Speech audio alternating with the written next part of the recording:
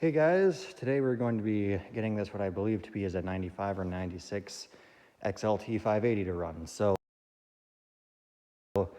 I bought this from a guy for $220 and it's about as rough as you'd expect for that type of a price. So yeah, it's like I said, it's a 580 XLT. I believe it has the extra 12 suspension, since it doesn't look like it says extra on it, but it looks in general just a bit different than the extra 10s I've had. That rear skid is different. The rear skid actually has beefier bolts in it. It has 7/16 bolts rather than 3/8, so I'm assuming it's an extra 12. So it was actually already missing that bolt. That was one of the first things I fixed.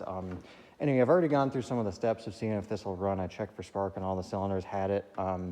Sprayed some starting fluid in it, and I believe, it's pumping fuel. It was pumping fuel through the lines before I disconnected. I think one of the floats is stuck because this thing would pull over really hard like it was hydro-locking, and I kind of heard it pop once. It kind of made a few big pops out of that expansion pipe, so yeah, I'd imagine that it's kind of flooding, so I'm gonna have to take all those carbs apart. I have another pipe and muffler there that I'm gonna put on. Check those for mouse nest because I've learned my lesson on that.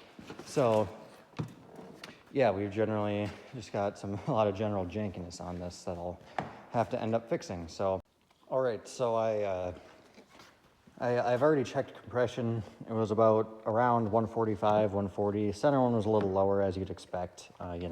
That's all good. Like I said in the earlier clip, it popped off, like it ran a little bit. It didn't run spectacularly, but I think I just gotta start fresh, work through all the carburetors, get them all, figured out. I guess, go back here. The other thing I did notice, this thing has absolutely horrendous wiring stuff going on. So first of all, noticed two running light bulbs burnt out. So what do I think? Bad regulator. And I already put a different one in. The original one was not there. So it's not even like they had just fallen off or they had taken it off and then bolted the nuts back on, bolted the ground wire back on without a regulator in there. So that's why they blew stuff up. I just hope they didn't burn out the warmers, because that's the one thing that's expensive. So yeah, other than that, I noticed that coolant line ain't hooked up, so we got to figure out where that goes. I imagine it goes right to there. Not very complicated. We got to rebolt this back on because the CDI was out. Wiring in this thing is just generally not right. Looks like they took that accessory harness off because they actually, until I removed it, they had the kill wire that ran to that. So, that's great. And if we go right here, no overheat wire on there. And actually, it's probably going to overheat because, there's a massive hole, there's a hole in the coolant system. And yeah, then we got whatever wire that is, wired toasted directly to ground for some reason. I'd have to see. I think that's even that might be the high beam light if I remember correctly. I'm not sure. I'd have to look at my wiring diagram. We have what looks to be a completely unrelated plug there that's off of not even that. Now that I look at it, we don't have any headlight in there, and we don't have a headlight connector. So what? That's great. So it looks like they've tried to put in a different headlight. So we're gonna need to grab a headlight bulb and probably, a connector. I was hoping, now that I think about it, I'm kind of gonna be screwed because I personally don't have the retainer to go in there. I don't have any extras, so I guess I'm kind of SOL on that. Got to figure out some zip time magic, I guess, for that anyway. So this just keeps getting better and better. I didn't even notice that until I just now looked at it. So, generally somebody has put this thing through the ringer. It's only about 4,000 miles. Guy told me, oh yeah, bad bottom ends. I don't know why it doesn't make any noise in the bottom end. He obviously hasn't had it apart, so I don't think he knew what he was talking about. And if he's the one that did the work, he definitely didn't know what he was talking about. So I think for tonight at least, my plan is going to be go home, get some sleep because it's 1 in the morning. And then tomorrow I'm gonna get working on this. Can't remember if I said it, but it's got a 2-cylinder choke on here. So I don't know if they were just starting it off of 2 cylinders and letting it pick up the third later. I don't know. I also only have 2-cylinder chokes since the one parts XLT I had didn't have a choke, so we're just gonna do dual chokes on it. So that'll be fine. And yeah, I kind of wish at one point that XLT came with a motor that was decent, but I was poor and I sold that for twice the, like I bought the XLT for like 50 bucks, the parts one, and I sold the motor for like 120, so I doubled my money on it and got all the extra parts, got a decent track that's in those other ones. So, you know, track and suspensions, I think is that Indy Trail that was in the last video. So yeah, anyway, I got to work with this motor. This motor, like I said, is really healthy though. It's got about 140. Like I said, the center one's just a little bit low, but we won't worry about that. Maybe set that carburetor slide a little bit higher, you know, make up for that, but not really. But anyway, looks like just got a lot of shit to fix. Probably gonna end up lifting up the back, retension the track, but that's all work for tomorrow. See you guys tomorrow. All right, so the first thing I did is I just went ahead and replaced the CDI with one I had, keep the other one around as a spare, but basically the only reason for that is the connector for that kill wire had been pulled off, so had been cut off or whatever, and just plugged that one in, took off those carbs.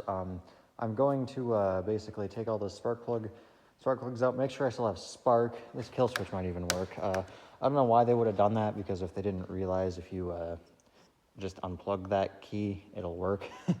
So I think they're kind of dumb, but anyway, I think that, you know, I just do, I'm gonna take those spark plugs out, then I'll make test for spark, leave that open overnight, let it air out any gas that's in there hopefully, and yeah, that'll be it for the night. So I'll be back when I test for spark, I guess. All right, so we still got spark on all 3 cylinders. Kill switch even works, so that's one issue. Figure out, I might actually, I should have another key, one of my parts sleds, so I'm gonna have to figure that out. The other thing to note is that this pull wire is kind of chewed up and it's not in its factory routing, because that's kind of chewed through, so it looks like somebody was pulling on this thing a lot without it starting, so that's not a big deal. I should have a couple of those, have at least one of those in that other XLT I can just throw in there. So anyway, I'm gonna let that air out. I think it might have been, I didn't spray that much ether in it, but it reeked of ether when I pulled it off. I might, yeah, just let this sit like this till morning, and in the morning I'll hopefully grab all the shit I need from, you know, various places, and yeah, I'm hoping tomorrow I'll have a nice working sled, but you know, never quite is that simple. So anyway, I'm gonna get going here. Good night, see you in the morning. All right, so the next day I got pretty much all the parts I'm gonna need for this. First thing I did was I just got this coolant hose on here. I compared it to one or two other sleds, and that's where it really should go, so that's good. The next thing is I forgot I had a borescope, so I'm actually just gonna take a borescope and go in maybe into the intakes and obviously down the top of the cylinders and see what kind of condition it's in. So yeah. Right, I got the borescope on here. I looked on all 3 cylinders. They all look roughly the same. You know, kind of just some scratching. Don't know, you know, not really much else. No rusting. The other thing I do notice is that it says, I don't know if you can see very well. Let me try and adjust this. It has some writing there, and I can't quite tell what it is. Maybe that says like 1.8 or 1.0. I don't know if that means like could be a rebuilt motor. I don't know what that really means, but it's got some writing in there anyway. So yeah, I think the next thing I'm going to do is stick them in the intakes and see if I can see anything down there. All right. So here I don't necessarily see anything bad. Just kind of general wear and tear, you know. The center cylinder, again, that's kind of the most beat up of the 3. So yeah, sticking in this last one. Of course, you got the piston right there. I'll look at all this, see if I find anything, but I don't necessarily think I will. All looks really clean, really nice, so then I'll have to move on. So the next thing I've been curious about is I grabbed another key mechanism, another key, and I always wondered, never really tried it, does any Polaris key work with any Polaris key? And sure enough, yeah. So I don't know if I'll end up replacing this anyway, because these are pretty rusty and bent. Probably will replace it with this nice one. And yeah, I did also get a proper 3-cylinder choke for this. That costed me 20 bucks. Yeah, otherwise, next thing is I'm probably gonna take those carburetors apart, see if I can get the thing running, and then we'll worry about doing all the wiring on this thing. I got a new headlight bulb, got the right connector for that, so, you know, hopefully it'll all be nice and good by the time we're done. All right, so I just took all the carburetors off, put them on the floor over there. And I realized that these whole throttle things, these are not very good. Half of these don't spin. You know, I had to spin the carburetors to get them off. So I have another XLT one, another 3-cylinder one, so I might just go and grab that. I got this all rigged up. That rope looked kind of rough, so I'll just let that snap and then get pissed at it later.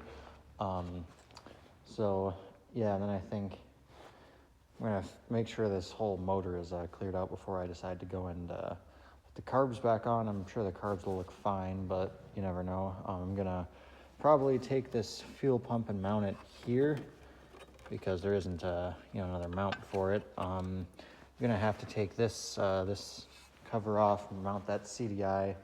Yeah. All right, so I got this cover off, and we had all of 2 of the, I think, 4 bolts that are supposed to be mounting that on there, so that's great. I guess I'm gonna have to go and try and find at least one or two more of those, hopefully. If not, these don't even match. I don't know where the other one's from, but yeah, try and find a couple more bolts, and we gotta figure out how we're gonna mount this. Gotta come up with something for that, you know. All right, so I got that CDI mounted on there good enough. And then I went to put this back on. This bolt hole, I'm not sure. That might either be stripped or you're meant to put a nut on the back of it, and this one is just stripped.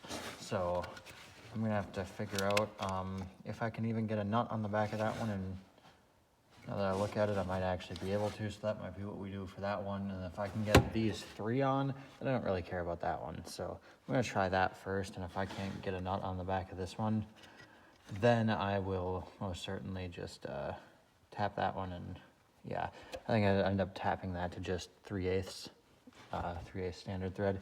I also noticed that. I might try and fix that too.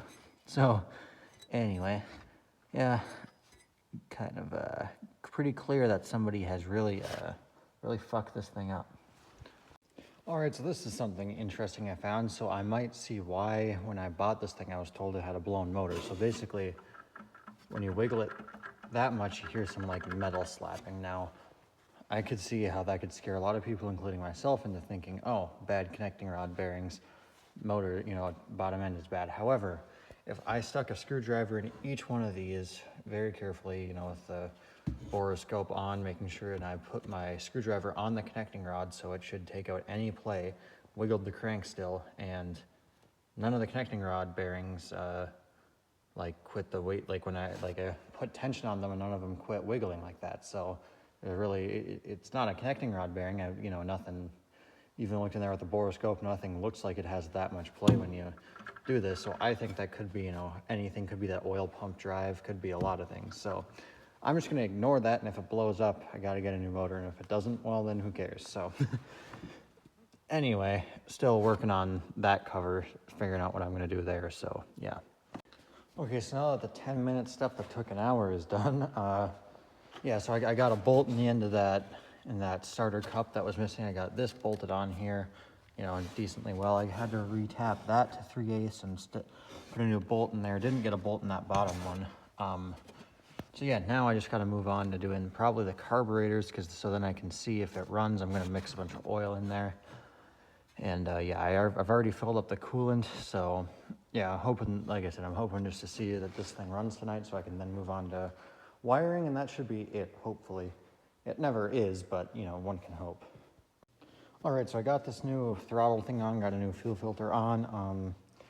So yeah, I think now I'm gonna take out those carbs, spray them out, check them out, and yeah, see what that's all about. So anyway, I'm actually curious to see what size of jets they have, because I also don't know if this is a 580 or a 600. From what I could see on the internet, it's a 600, but who knows?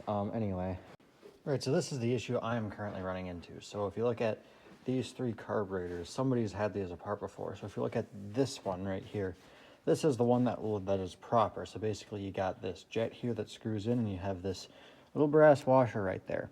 Now if you look at these 2, somebody has went ahead and lost that washer, and why that washer is required is basically without that washer there, this emulsion tube, that's what holds the emulsion tube in on that lip right there. Otherwise this will push all the way through, which I really should actually take those out anyway to see how they are.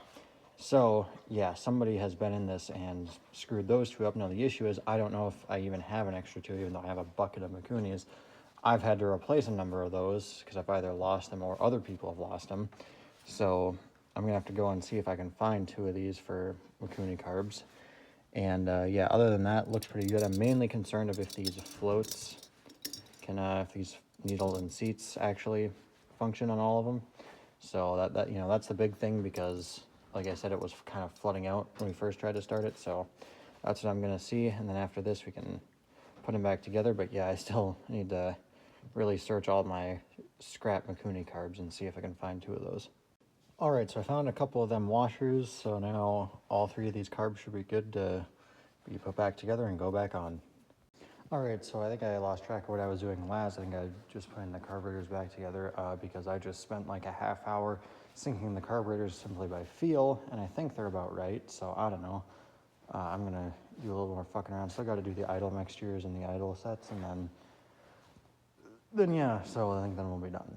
All right, at this point I got everything back together at the oil full, put some gas in it. Now I'm ready to basically pull on this for 5 minutes and see what it does.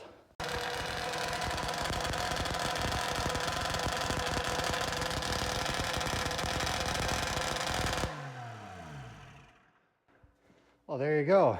It runs. Holy shit. I see that now that my idle's a bit high and, well, it's loud, but, you know, it is what it is. So probably gonna have to turn my idle down naturally, but that sounded like that was going on all 3, so do a bit more fucking around with it, and yeah. All right, so at this point, kind of my issue is we got no power up to the dash. We have power at the back because the those were lighting up. No tachometer. Only thing that lit up was the accessory thing, so naturally it's just a lot of wiring at this point. But first thing, I am going to try and turn that idle down. Okay, so at this point I've had it running for a little bit, so I think I'm going to basically just kind of figure out, you know, go across all the spark plugs, see how they're both all running. I'm probably gonna have to redo my whole carburetor setup, because basically the issue I have with every other one of these Polaris is where you set all the heights up to go wide open throttle, then all of a sudden, once you do that, you don't have enough play to go down to fucking, you know, what do you call it, go down to proper idle. So now it's just idling right where it wants to sit and jump up to you know, jump forward, and it's kind of idling high. I got the muffler on, by the way. I used the original pipe that came with it, with the muffler, rather than the other pipe, in case there was some shit that got in there from, you know, rodents or whatever. Looked in the muffler looks fine. So anyway, I'm not sure exactly what I'm gonna do right now. I'd like to take it for a drive, but it's 11 at night and I don't have a headlight, so I don't know. I don't think I want to do that, but yeah. Probably just check on how it's running. I'm pretty sure it's firing on all 3 by the sound of it. It did pop a couple times out of one of the intakes, so we're gonna check that out. Other than that, I think it seems like it's pretty good. All right, so to begin with, I don't know why, but the center cylinder is a bit wet, so not exactly sure, you know, like I said, exactly why. I'm gonna assume that maybe that throttle, like I'm assuming it's gone down to my sync on the throttle, and obviously I synced it to wide open, so it's probably not, you know, idling to where it's synced. I really don't have any way to do it, unless I got a vacuum gauge. Actually, I do in fact have one, so that might be something to look at too. I'm not exactly sure. I may switch gears and go to wiring right now and then figure out the running issue later. I don't know.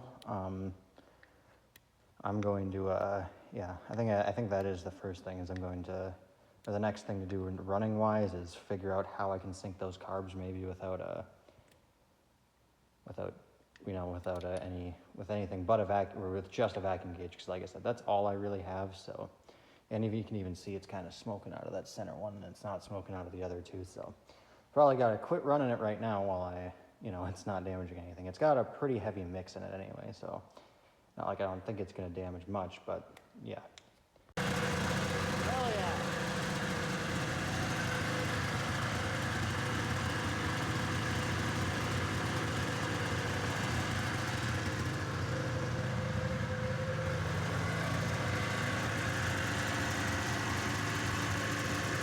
All right, so I got that lens back on just because it was easy to do. One more thing to check off the list. Now I'm looking at this wiring here. I don't exactly know know where the hell all the accessory wires went, or the wires for the heaters, because there's not enough wires there to make that work. So I'm gonna have to figure that out. I took all the spark plugs out. Now the center one seems like it's running fine. Maybe the other two are a little bit wet. I don't exactly know. I'm gonna have to drive the thing to really figure that out. The tachometer is just not working. That headlight I had in there, I think, was actually working, funnily enough. So I think, and also both of the lights weren't working. So I think there's something in there that obviously ain't making connection. I think the accessory light was on, oddly enough, even though there's a lot of wiring there to go through, because you have 5 lights on that dash. But I think there should be at least the wires for the key there. So that should be pretty simple to figure out right now. I don't think I want to get the soldering iron out tonight and figure all this shit out. But yeah, if you look at the hood here, we've got to figure out, I don't really, really the only thing I want that's like mandatory is temperature. Because, well, yeah, I mean, oil would also be nice to have, but I also don't really need that, just because I have, not that I have, but I usually check that very often, so there's that. So, I mean, high beam is really simple to wire up, so I might as well do that. But yeah, shouldn't be too hard to figure out all of this wiring. I'm actually gonna reset this trip. I don't know if that doesn't even look like it's necessarily been accurate. I don't know if they actually had 669 on their trip, or if somebody just put it to 666 and then rode it 3 miles. That's what I'm guessing happened. So anyway, I think that might be it for the night. I'll probably see you guys tomorrow.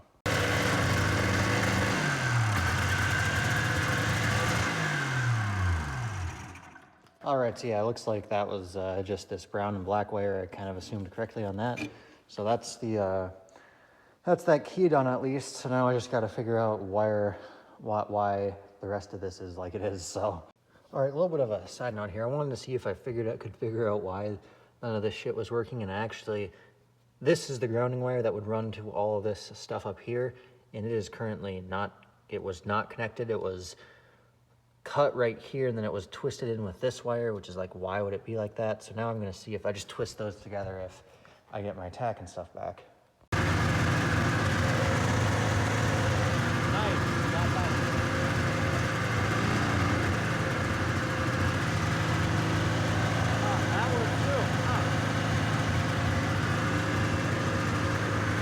All right, so it's the next day. I actually just got back from a test ride of the thing, and I can tell you immediately that it is not running on 3 cylinders.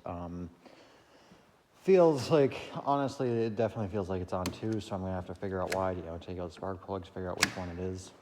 Yeah. But yeah, no, it does not have the power it should, but then the issue is it's a 3-cylinder, so then it's like, well, you still have fucking power when it's on 2. So anyway, I'm gonna take the spark plugs out and see what's wrong. All right, so we got all our spark plugs out, and it actually appears to be this cylinder right here that's being the issue. So now I guess I just gotta figure out why the spark plug is wet. So that either mean, that could mean a number of things. I don't know. I think I'm gonna check is to make sure that the choke is right, and then make sure obviously the throttle's synced, just obviously all that type of shit. So yeah, hopefully I can get this thing running right. I kind of got that test ride in the last 20 minutes of sunlight, so I'm gonna need to fix the headlight if I want to go any more test rides, unless I fix it really quick here. So yeah, I'm also noticing, that's another thing that I just noticed, is that tie rod both of those tie rods are loose. So I should probably fix that before I get too much further into this. So, okay, so I got distracted from the running issue for about an hour because I had to tighten those tie rods. When I went to tighten them, I realized that there wasn't enough threads on them, so I had to get a nut on them for them to tighten up completely. But then to do that was a lot easier if I took all of this off, or took this nut off, and then took that other tie rod off to lift it up. And then after I did that, then I realized there was one big wet spot on this top of this expansion pipe here on the other expansion pipe. That was the one that came with this sled, and I realized, oh, there's a hairline crack in there. So then I took that off, which gave me more room to finish all that up, which I then realized that one of the adjuster nuts was loose. And then I now realized that the skis are towed in, so I'm gonna have to readjust that now. But then I tightened up that adjuster nut, put all that back together, and I put this new pipe on, and when I took that pipe off, I realized that there's an even bigger crack because, you know, it's burning oil, and I have it a rich mixture, so it was a really big wet spot on the bottom too. So I got this new pipe on, got that steering tightened up, still gonna have to readjust that later. Now I'm back to the carburetors. I've looked at the chokes and I've readjusted the idle air mixture. And then now I'm gonna go through the effort of readjusting these carbs because it's still set to where the idle is a bit high on all of them. So I'm going to, again, I'm probably do what I've been doing before. I'm gonna zip tie this as tight as I can, and then I'm going to basically readjust them to where when I stick my hand and push up the plunger, that there just is barely some movement on all of them, and then I gotta go down and adjust the idles. And I hope then that'll be enough for this thing to start firing on all of its cylinders. So yeah, and then after I get all that done, then I'm gonna work on the electrical, so then I can have a headlight, so I can then, you know, ride this thing in the night, you know, because it's night right now.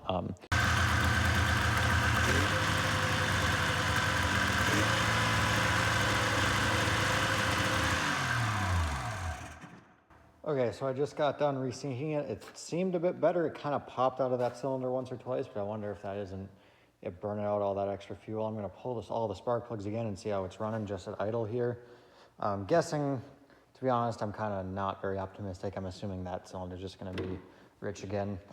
I'm thinking I might have to take apart that carb and see what the hell's up, but otherwise, I think now I'm gonna move on to the wiring because I can't really go through a test drive without a headlight at this time of night, so. Yeah, and the other thing I needed to do is, this thing, even though I put a new one in, is wearing through very quickly. I don't know why. I think this rope might be a bit too abrasive for the plastic, so what I think I'm gonna do is just, since this one's wore out over here and this one's wore out down there, I'm just gonna swap the two. I think that's just what's gonna have to happen. All right, so I immediately found a couple things that are concerning, or not slightly concerning. So number one, this connector was hot right here, so I think that means that this is making a bad connection. So that's, and found this yellow wire and this blue and red wire have been cut, and those are our mainly our accessory wires. That's what these are for. So basically this goes to the center of this switch, this yellow one goes to the center of this switch, and then the blue one, I believe, goes to this top of this switch, and then the blue with red goes to the bottom. And I believe these two are meant to go like that, and they are supposed to be there for the accessory light. I believe that's what that is now that I think about it. So I think that this actually, so at first I got to get all this stupid copper out of here. But yeah, this is probably the first thing I'm gonna do, the most basic.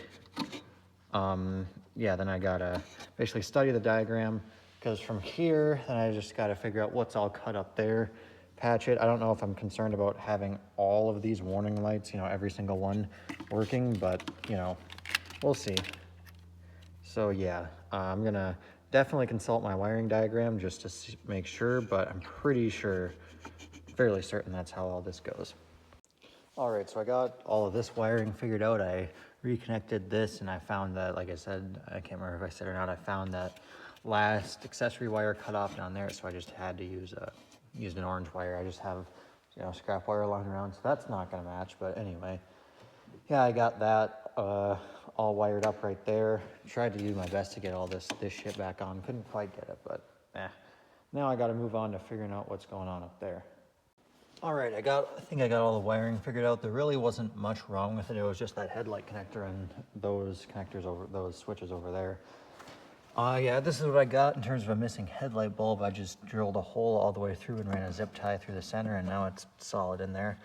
I really just had to figure out which wires went to which, and to, you know, this connector off of, I think, an old Arctic Cat. So now we just simply see if the damn thing works.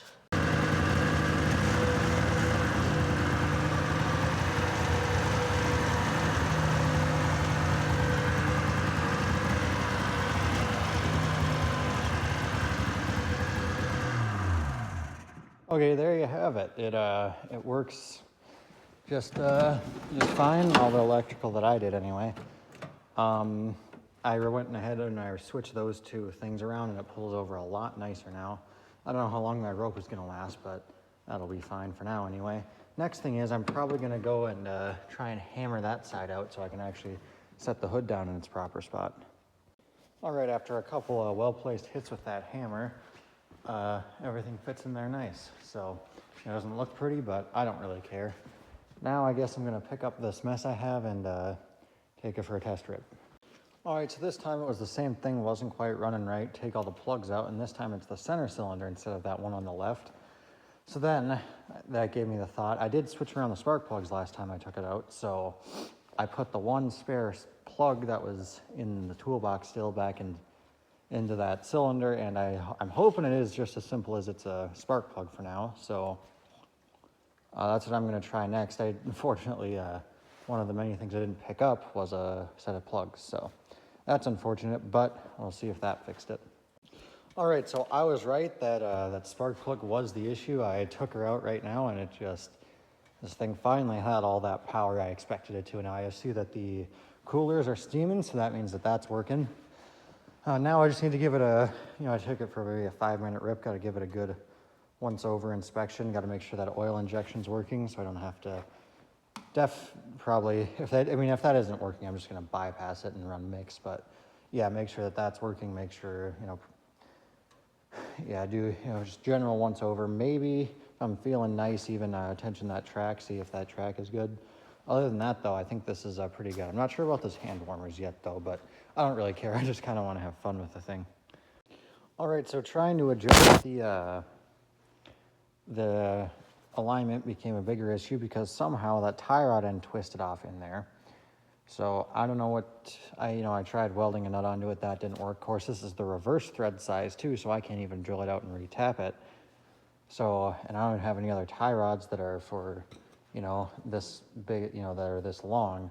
So I think I have a different plan. So basically a long ass time ago, I made this tie rod end that, it's a bit of an extension, and this is a normal thread.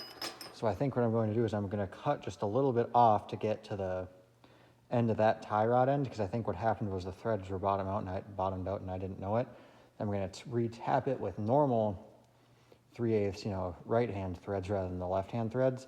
And this tie rod won't be adjustable, but then at least it'll be functional. And then I can readjust everything else on the snowmobile side. But yeah, I think that's what's going to have to happen.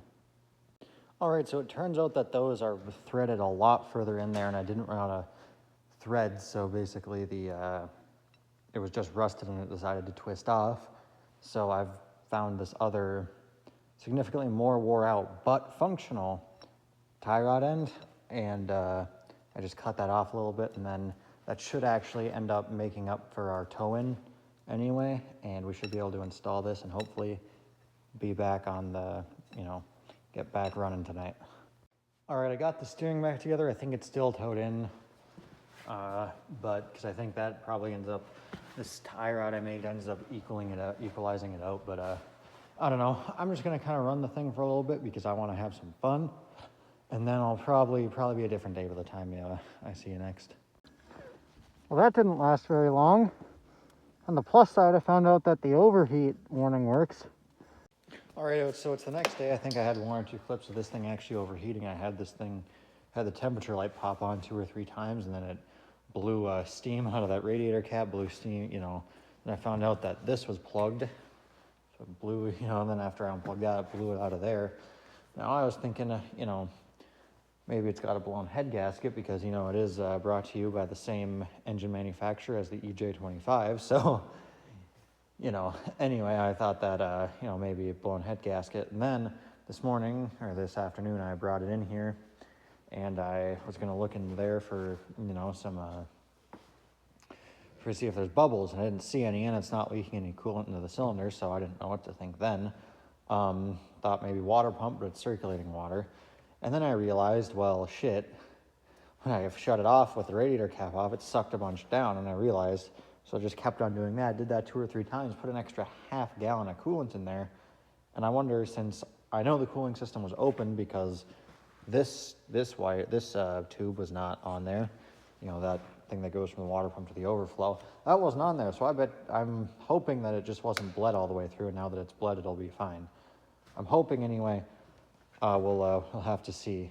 The other thing was that carburetor was sticking at some point. It doesn't look like it's sticking now because I hit it with a hammer, but before we had that carburetor stick, and now it was that one, so I don't know if that center one's gonna go at some point, or if hopefully they'll just stop fucking sticking their floats. But I'm gonna play with this a little more, make sure we have absolutely all the antifreeze that we can put in there, and then yeah, right now we're putting red Caterpillar antifreeze in here because that's all I got, but it don't matter. I'm also gonna try and figure out how I can get this overflow hose so it doesn't sit and rub against that sit against this hot exhaust here. But other than that, yeah, I'm gonna hopefully solve this cooling system without tearing it apart. The other thing I do notice is that those seals on the top of this cover here that go around the spark plugs, those are leaking just ever so slightly, but hopefully that shouldn't be a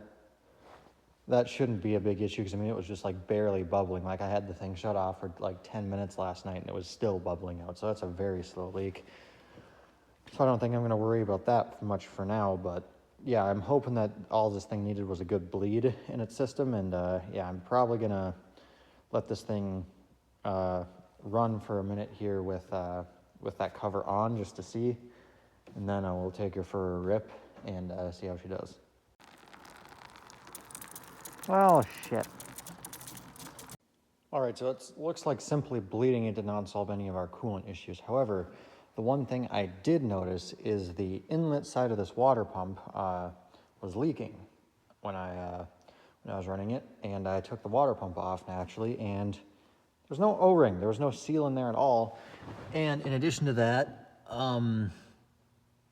at least that one is stripped out, which is great. So yeah, also side note, that says what, 580, does that mean that this is a 580? I don't know, it says 5803, maybe. I've heard that this, I thought from my research this was a 600, but could be a 580, I don't know. I just thought it was jetted like a 600 because it had 200 jets and the other one I had 180 jets. But anyway, all this is beside the point. I'm thinking, obviously I need to do something about that, and I'm gonna try and find an O-ring to fit in there. And hopefully that's just our issue, because I'm thinking maybe it was trying to suck air and it wasn't quite agitating it, because kind of the thing is that it was not flowing any water through the coolers. They're not getting warm whatsoever. So I'm hoping that this is our issue. If not, then I don't know what else would be, but we're gonna try putting an actual O-ring on that and getting that tight, so yeah. All right, so I found, this is probably the only O-ring I could find that would maybe work. This is what I assumed to be a O-ring from a set of AC O-rings, or like our R134 systems, and that just barely, that's the only one I could find. All the other ones were pretty much too big or too small. So I'm gonna do that and then slather that with RTV and hope it works. All right, so I blew into this hose and coolant came out of that hose, so I think that's good.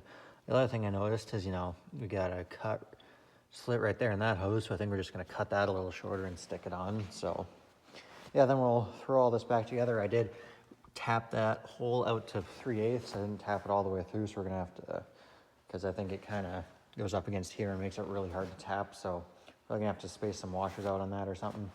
But other than that, yeah, it seems like should be ready to go back together. Okay, so here's where I'm at with this stupid thing. Basically, I just took the heads off and put all that shit back together because I didn't see anything wrong with the head gasket. I did reuse it, but then I also found some O-rings I think will work for those that were sealing. What I have found out is in this whole reservoir system, there's supposed to be a check valve somewhere, and there isn't. So what do I do with that information? Well, I don't know. What I'm definitely thinking about doing now is, since I've put it back together, just plug off both of those, delete that reservoir entirely, and see if it works like that. Because if it didn't have a plug, it's reasonable to say it might require quite a bit of pressure, and water pumps don't really make pressure to push through all of that whole cooler. And if it was just bypassing through the reservoir, then it was getting hot and pushing all of it out the reservoir. So I am going to basically just plug that whole system off, because I mean, that shouldn't really be necessary per se. I mean, I am also definitely thinking about just plugging off that side, I suppose, and then that might be what I do. I might just hook this back up normally so it still has an overflow, but then plug off the other side of this and see if that works. So yeah, that's what I'm gonna do. All right, well, I've blooded out. I have both plugs on it. I decided to just plug them both off just for testing purposes. So this is the point where I'm gonna decide whether I need to get a new head gasket or something, or if I fixed it. So yeah, I'm just hoping that I can hopefully burn off all of this coolant that's literally everywhere. So anyway, I'll be back once I figure out, if this worked or not. All right, just got done driving. That fix I did worked with just plugging off that system. That's all that worked. I just beat it held it wide open as much as I could for about 5 miles, no overheating, so that's good. Just checked all the plugs and they're both burning roughly the same. So throw these back in, beat on it some more.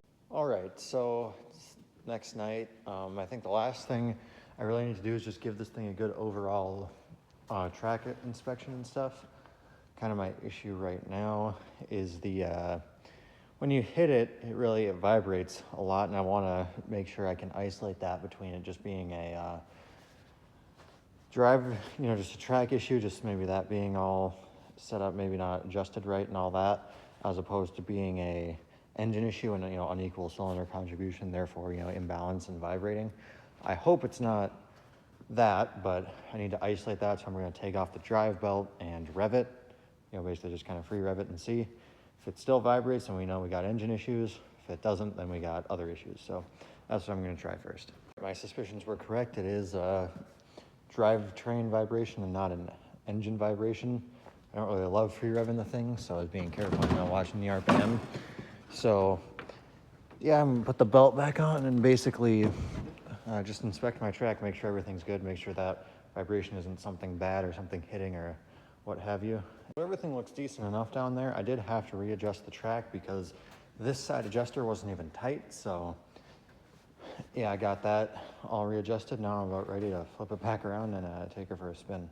Have a side note, we do have some excellent carbide still on there, so that's good. So the last thing I'm going to do that I kind of forgot about till now is basically here is the chain tension adjuster. Now I'm not going to, officially you're supposed to take that side cover off and it's supposed to have like less than somewhere around 1/4 inch of play when you tension it or some shit like that. I don't know, but I'm basically right now just going to loosen that tensioner and just kind of play it by feel, just kind of feel when it tightens up and back it off a smidge, and that's how I'm going to do it, just because I feel like, really should tighten the chain on something that's as high power as this. When I had a 488, I didn't really care, but, this is what, 90 horsepower? So, yeah, I'm going to... So kind of the issue with doing that is you got to kind of decide when it's actually getting tight and when it's, dirty threads, but I kind of just ran it in and out and then did as tight as my finger would allow, and, just doing it finger tight, and that's where we're going to leave it. So, yeah, I think that's going to be it. I really don't have an airbox for this thing, unfortunately, but we'll just run it. Maybe I'll get some pod filters in the future, but yeah, we're just gonna run it and see how she does. So the next thing we got to do, the track all worked fine, but this thing keeps on fucking stranding me basically. Well, it didn't really strand me, but I had to sit and pull on it forever, and then I fucked around with this fuel system, and I don't know what the hell is wrong with it, but it just occasionally it'll just die, and I don't know why, but I'm gonna assume it has something to do with, something pre-pump, because it doesn't seem like it pumps a lot of air when you look at it when it's running. So I'm first of all assuming that the fact that is loose and not clamped is probably an issue, and I'm also going to take this off and see what that pickup tube looks like. And I unplugged this petcock that doesn't even have a lever on it in hopes that would do something. And then I also gonna have to replace this line because I stretched one of these lines way too fucking much, and now it's kinking really easy because I was trying to pull it off, and I don't know how they made acrylic line that fucking stretchy at 25 degrees, but well, that looks good. I can suck on it, won't suck any air, so I don't think that was the issue. I think next I got to run this back in and really just check all the fuel lines and make sure it's not going to be sucking any more air when I put this back in.